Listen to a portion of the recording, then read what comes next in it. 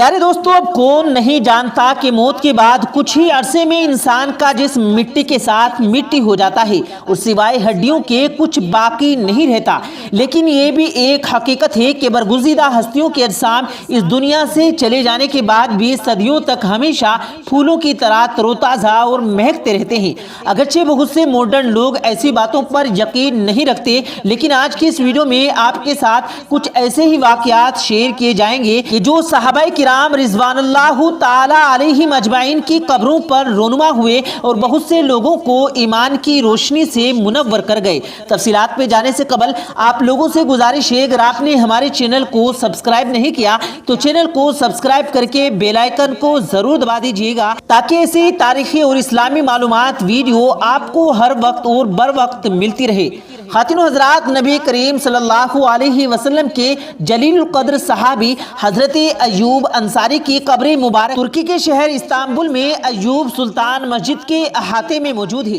ہجرت مدینہ کے وقت رسول کریم صلی اللہ علیہ وسلم سب سے پہلے حضرت ابو ایوب انصاری ہی کے گھر مہمان بنے۔ مدینے میں بہت سے لوگوں کی خواہش تھی کہ آپ صلی اللہ علیہ وسلم ان کے گھر میں قیام کریں، مگر نبی مہربان صلی اللہ علیہ وسلم نے اعلان کر دیا کہ ان کی اونٹنی جن کے گھر کے سامنے جا کر ٹھہرے گی آپ وہیں قیام کریں گے، اور پھر اللہ کے حکم سے آپ صلی اللہ علیہ وسلم کی اونٹنی حضرت ابو ایوب انصاری کے گھر جا ٹھہری اور یوں آپ نے وہاں پر قیام فرمایا۔ حضور کریم صلی اللہ علیہ وسلم کے اس وفادار اور جانثار ساتھی کا انتقال ترکی میں ہوا۔ ترکی کا اس زمانے میں نام قسطنطنیہ تھا۔ اسلامی لشکر قسطنطنیہ کے قریب پہنچ چکا تھا اور آپ بھی اسی لشکر میں موجود تھے۔ ابھی اسلامی لشکر حملہ ور نہ ہوا تھا کہ طاعون کی وبا پھیل گئی اور آپ رضی اللہ تعالیٰ عنہ بھی اسی کی لپیٹ میں آ گئے۔ اپنے انتقال سے قبل آپ نے مجاہدین کو وصیت فرمائی کہ جب میرا انتقال ہو جائے تو جنازے کو لشکر کے ساتھ آگے معاوضے پر لے جانا،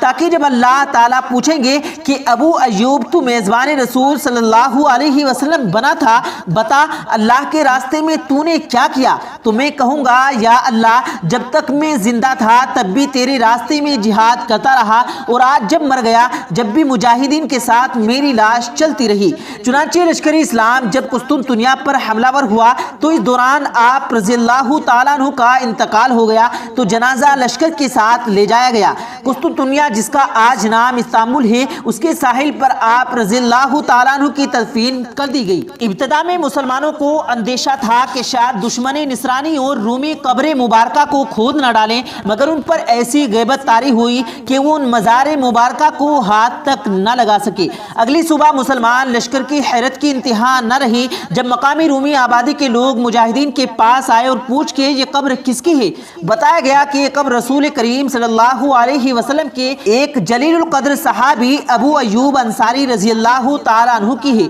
رومیوں نے کہا کہ ہم نے رات بھر دیکھا ہے کہ قبر مبارک سے ایک نور نکلتا ہے جو آسمان تک جاتا ہے اور پھر واپس آتا ہے۔ رات بھر یہ کیفیت رہی، یہ دیکھ کر ہمارے دلوں میں اسلام کی حقانیت اتر گئی ہے، لہٰذا اب آپ لوگ گواہ رہنا کہ ہم ایمان لاتے ہیں۔ چنانچہ حضرت ابو ایوب انصاری رضی اللہ تعالیٰ عنہ کی قبر مبارک اس کرامت کی وجہ سے وہ پوری بستی مسلمان ہو گئی اور بغیر جنگ کیے مسلمانوں کے قبضے میں آ گئی۔ ناظرین گرامی، یہ واقعہ تو صدیوں پرانا ہے۔ اب آپ کے ساتھ کچھ ایسے واقعات شیئر کرتے ہیں جو حضرت حذیفہ بن یمان اور حضرت عبداللہ بن جابر رضی اللہ تعالیٰ عنہ کے مزارات کے ساتھ پیش آیا، اور آج کل بہت کم لوگوں کو علم میں ہے کہ یہ 1930 کے لگ بھگ کا واقعہ ہے۔ اس وقت عرب میں بادشاہت تھی۔ حضرت حذیفہ بن یمان اور حضرت عبداللہ بن جابر رضی اللہ تعالیٰ عنہ کی قبریں اس وقت جامع مسجد سلیمان کے ہاتھوں کے بجائے یہاں سے کافی فاصلے پر دریائے دجلہ اور مسجد سلیمان کے درمیان کسی جگہ پر واقع تھی۔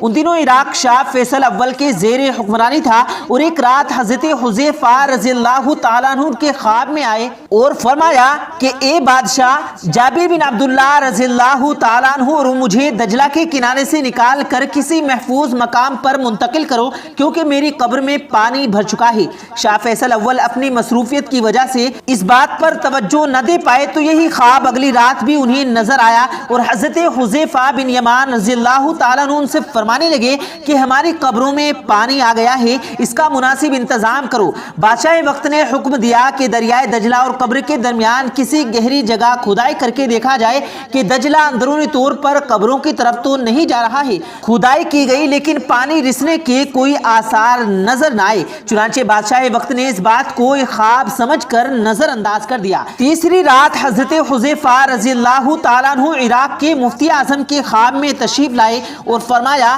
کہ میں بادشاہ کو 2 راتوں سے ہماری منتقل کا کہہ رہا ہوں مگر وہ توجہ نہیں دے رہا، آپ ان پر زور دیجئے کہ وہ ہماری قبر منتقل کرنے کے انتظامات کریں۔ اس کے بعد مفتی اعظم، وزیر اعظم اور شاہ فیصل اول کے درمیان ملاقات میں یہ طے پایا کہ مفتی صاحب اس بارے میں فتویٰ جاری فرمائیں گے اور وزیر اعظم پریس کو بیان جاری کریں گے تاکہ عوام کو اس کے متعلق خبر ہو جائے۔ اس وقت مشورے بحث و تجویز کے بعد رائے یہ قرار پائی کہ دونوں بزرگوں کی قبر مبارک کو کھول کر دیکھا جائے، اگر پانی وغیرہ آ رہا ہے تو جسموں کو منتقل کیا جائے۔ اس وقت کے علماء نے بھی اس رائے کو اتفاق کیا، چونکہ قرون اولیٰ کے 2 عظیم بزرگوں اور صحابہ رسول صلی اللہ علیہ وسلم کی قبروں کو کھودنے کا یہ واقعہ تاریخ کا پہلا واقعہ تھا، اسی لیے حکومت عراق نے اس کا بڑا زبردست اہتمام کیا۔ اس کے لیے باقاعدہ تاریخ مقرر کی گئی تاکہ لوگ اس عمل میں شریک ہو سکیں۔ اتفاق سے وہ تاریخ ایام حج کے قریب تھی۔ جب اس ارادے کی اطلاع حجاز مقدس پہنچی تو وہاں حج پر آئے ہوئے لوگوں نے حکومت عراق سے درخواست کی کہ وہ اس تاریخ کو قدر موقف کر دے تاکہ حج سے فراغ ہونے کے بعد جو لوگ عراق آنا چاہیں وہ بھی آ سکیں۔ چنانچہ حکومت عراق نے قبر کشائی کے لیے حج کے بعد کی تاریخ مقرر کر دی۔ کہا جاتا ہے کہ مقررہ تاریخ پر نہ صرف اندرونی علاقہ بلکہ دوسرے ممالک سے بھی لوگ خلقت کا اس قدر الہام ہوا کہ حکومت کو یہ سب عمل دکھانے کے لیے بڑی بڑی اسکرینیں دور دور تک فٹ کرنی پڑی تاکہ جو لوگ براہ راست قبروں کے پاس یہ عمل نہ دیکھ سکے وہ ان اسکرینوں پر اس کا عکس دیکھ لیں۔ 20 ذی الحجہ کے دن بغداد شہر کی گلیاں لوگوں سے بھر گئی اور دور و نزدیک سے آنے والے منتظر تھے کہ کب یہ مبارک فریضہ سر انجام دیا جائے گا۔ نماز ظہر کے بعد ہزاروں لوگوں کی موجودگی میں دونوں صحابہ کرام رضوان اللہ تعالی علیہم اجمعین کی قبر مبارک کو کھولا گیا تو واقعی ہی ان میں پانی بھر چکا تھا، لیکن ہر دیکھنے والے نے یہ دیکھا کہ ان مقدس ہستیوں کے مبارک جسم ایسے تر و تازہ تھے جیسے ابھی چند لمحے پہلے سوئے ہوں اور فضا نہایت خوش خوشبو سے معطر تھی۔ اس موقع پر ہر آنکھ فرد جذبات سے اشکبار تھی، دیکھنے والے حیرت سے تبدود تھے۔ لاکھوں افراد کے سمندر نے یہ حیرت انگیز مناظر اپنی آنکھوں سے دیکھا کہ تقریباً 13 صدیاں گزر جانے کے باوجود بھی دونوں بزرگوں کے جسد خاکی صحیح سلامت اور تر و تازہ تھے، بلکہ وہاں پر ایک غیر مسلم ماہرین انساج چشم موجود تھا۔ اس نے جسد خاکی کو دیکھ کر بتایا کہ ان دونوں صحابہ کی آنکھوں میں ابھی تک وہ چمک موجود ہے جو کسی بھی مرنے والوں کی آنکھ میں کچھ دیر بعد ختم ہو جاتی ہے۔ چنانچہ وہ شخص یہ منظر دیکھ کر وہیں پر مسلمان ہو گیا۔ یہی دیکھنے والوں میں ایک جرمن فیوجنسٹ بھی تھا۔ یہ اس کے سامنے یہ منظر تھا کہ 1300 سال بعد بھی دفنائے گئے مبارک جسم زندہ انسانوں سے زیادہ تر و تازہ نظر آ رہے تھے۔ اس نے بے اختیار مفتی اعظم کے ہاتھ تھام لیے اور درخواست کی کہ اسے مسلمان کیا جائے۔ اس موقع پر بے شمار عیسائی اور یہودیوں نے بھی اسلام قبول کیا اور قبول اسلام کا یہ سلسلہ کئی سال تک شد و مد سے جاری رہا۔ اور جہاں تک بات ہے حذیفہ بن یمان اور حضرت جابر بن عبداللہ رضی اللہ تعالیٰ عنہ کے جسد خاکی کی، تو ان دونوں کے منتقل کرنے کے لیے پہلے سے حضرت سلیمان فارسی رضی اللہ تعالیٰ عنہ کے قریب جگہ تیار کر لی گئی تھی اور وہاں پر لے جانے کے لیے جسد خاکی کو جنازے پر رکھا گیا۔ اس میں لمبے لمبے بانس باندھے گئے اور ہزاروں افراد کو کندھا دینے کی سعادت نصیب ہوئی۔ اس طرح ان دونوں بزرگوں کی قبر مبارک موجودہ جگہ پر بنی ہوئی ہیں۔ صدیہ گزر جانے کے باوجود ان صحابہ کرام اور رسول کریم صلی اللہ علیہ وسلم کے جانثار ساتھیوں کی مزارات مبارک زیارت گاہ معلق ہے۔ لاتعداد لوگ یہاں پر آتے ہیں اور اپنے قلب و ذہن کو منور کرتے ہیں۔ خواتین و حضرات، حضرت ابو ایوب انصاری رضی اللہ تعالیٰ عنہ، حضرت حذیفہ بن یمان رضی اللہ تعالیٰ عنہ اور حضرت جابر بن عبداللہ رضی اللہ تعالیٰ عنہ کے مزارات مبارک پر یہ جو معجزہ نما واقعہ ہم نے آپ کے ساتھ شیئر کیا ہے، یہ قرآن کریم فرقان حمید کی اس آیت کا مفہوم نظر آتا ہے کہ جس میں اللہ تعالیٰ فرماتا ہے کہ جو لوگ اللہ کی راہ میں مارے گئے انہیں مردہ مت کہو، وہ زندہ ہیں مگر تم اس کا شعور نہیں رکھتے۔ زمانے گزر گئے، تاریخ میں بڑے بڑے بادشاہ و سلطان آئے اور چلے گئے، آج دنیا ان کا نام بھی نہیں جانتی ہے، لیکن رسول کریم صلی اللہ علیہ وسلم کے ان جانثار ساتھیوں اور پاکیزہ دل صحابہ کے نام رہتی دنیا تک گونجتے رہیں گے۔ اور یہ ایک اٹل حقیقت ہے کہ محمد کے غلاموں کا کفن میلا نہیں ہوتا۔ اللہ تعالیٰ سے ہر دم دعا رہنی چاہیے کہ ہمیں صحابہ کرام رضوان اللہ تعالی علیہم اجمعین کی زندگیوں سے سیکھنے کا موقع عطا فرمائے اور ہماری زندگیاں رسول کریم صلی اللہ علیہ وسلم کی حیات مبارکہ کے مطابق ڈالنے کی توفیق نصیب فرمائے، تاکہ آخرت میں ہمیں بھی رسول کریم صلی اللہ علیہ وسلم اور ان کے وفادار جانثار ساتھیوں کا ساتھ نصیب ہو۔ اگر آپ کے دل کی بھی یہی صدا ہے تو کمنٹ میں آمین لکھنا مت بھولیے گا۔